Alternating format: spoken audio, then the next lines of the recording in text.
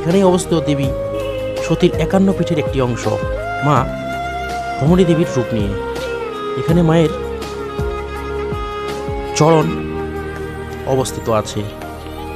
সকাল থেকেই অনেক বড় লাইন, দূর দূরান্ত থেকে মানুষ তাদের মনস্কামনা, তাদের ভালোবাসা, তাদের শ্রদ্ধা নিয়ে হাজির হয়েছে মায়ের কাছে। সকাল সকাল মায়ের কাছে পুজো দিয়ে অনেকেই বেরিয়ে পড়ছে ঘুরতে।